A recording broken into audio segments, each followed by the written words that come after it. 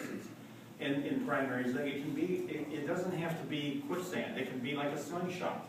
You can come out of that primary and with a lot of momentum, a lot of excitement, and leading up to the primary, I think it makes your campaign better, makes your candidate better, and I think this is actually a good thing that we have this primary going on June 26th.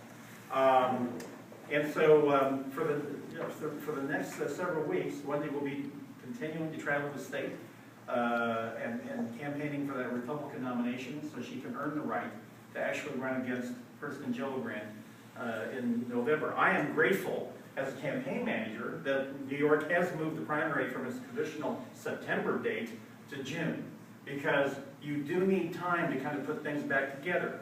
You do need time to raise money, and that September primary provided just such a brief window between that period of time, for the period of time to the general election. So the June primary will allow our nominee, who I think will be Wendy, to actually put things back together in the party and to raise the money necessary. I think Kirsten Gillibrand is very vulnerable. The conclusion that I reached back in December when I got that first email from Wendy hasn't changed. In fact, it's strengthened. And just today, there was a major poll, the Marist poll, came out today. They did a head-to-head with President Obama and Governor Romney, and showing, as we would all expect, that Governor Romney is trailing Obama here in New York. But the Senate race numbers were very interesting.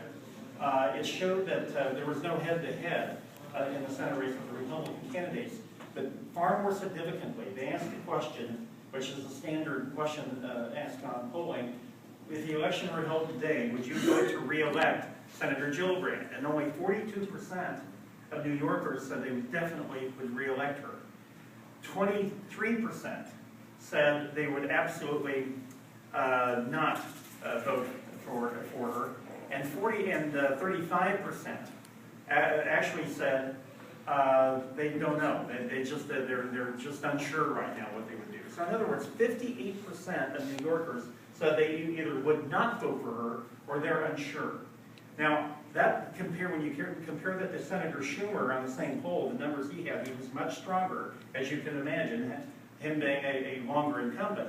But it shows that Senator Gillibrand has not locked herself in with the voters of New York. This race is wide open.